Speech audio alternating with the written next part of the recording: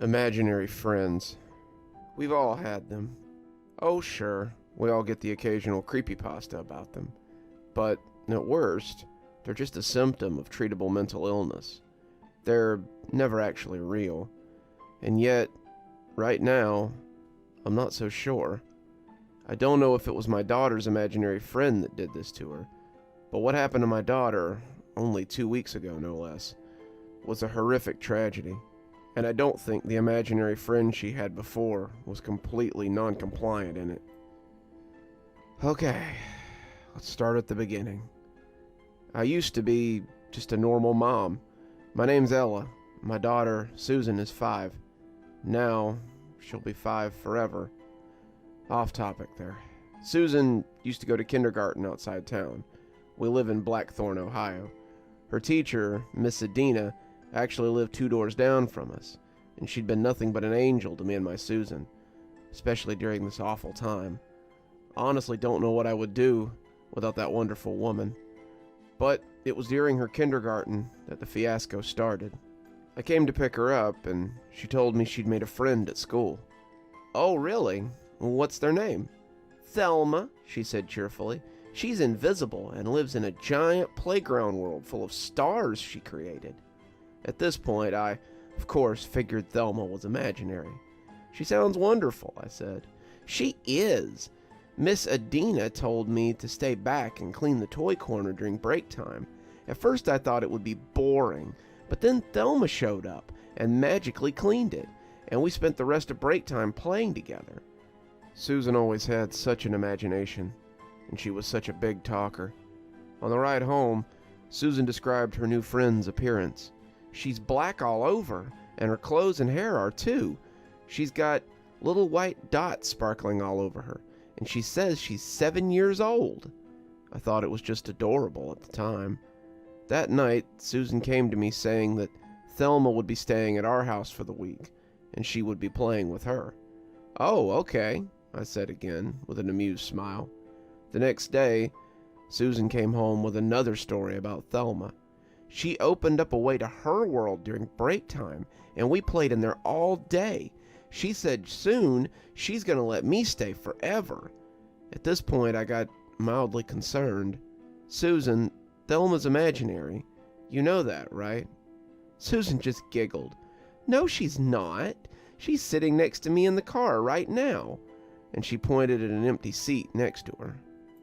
I was relieved to know that this wasn't anyone grooming Susan at school, but I was mildly concerned for her psyche at this point. But through mental gymnastics, I erased my worries. She's just pretending, I said to myself. Lots of kids have imaginary friends at her age. She'll get over it. She's not insane. It's probably just me. And maybe I was.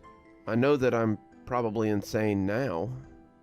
Susan came home from school the next day with a concerned look on her face. Thelma doesn't like you, she said in the car.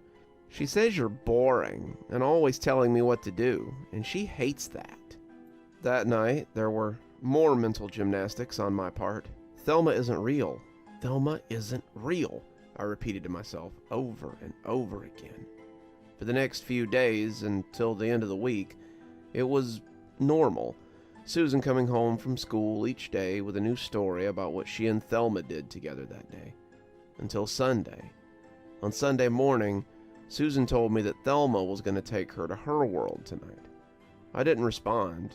It was an odd combination of scared, in denial, and angry at myself for being worried about this. It's just an imaginary friend. Just an imaginary friend. Just an imaginary friend. On Monday morning, I woke up, but I couldn't find Susan anywhere. The police were called, but they didn't find her either. I was hating myself, while at the same time trying to reassure myself that it wasn't Thelma who had done this. And yet, just last week, the police found Susan's body. She was discovered in a tree in the forest in our town, with 7 different stab wounds and a terrified expression on her face. Now I don't know whether it really was someone grooming her, whether someone else was in on the act, or whether it was something else entirely. If anyone knows anything about Susan or Thelma, please tell me. I need to know, and I need to know now.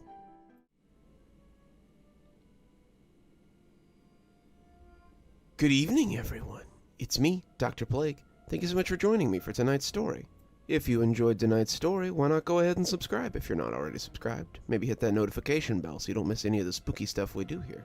If you'd like to get a copy of my latest book, there's a link below. Or if you'd like to support the show more monetarily, you can always come down to Patreon. I have many tiers. I'm sure you'll find something that interests you. If you're interested in my books, I always recommend my Ghostly Reader tier. Ghostly Readers get a copy of my book signed on their doorstep anytime I write one, which is at least twice a year. Patrons always get their spooky a little bit early so they can enjoy them before that night's premiere. And speaking of patrons, let's go ahead and thank them.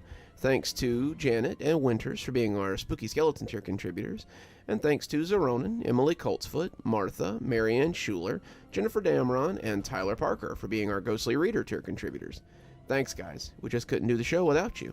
I'm sure by now you can see some videos appearing at the end here. If you think you might like a little more spooky, why not go ahead and click on another one? I'm sure you can handle a little bit more. And as always, thanks for stopping by. Dr. Plague, signing off. Have a wonderful evening.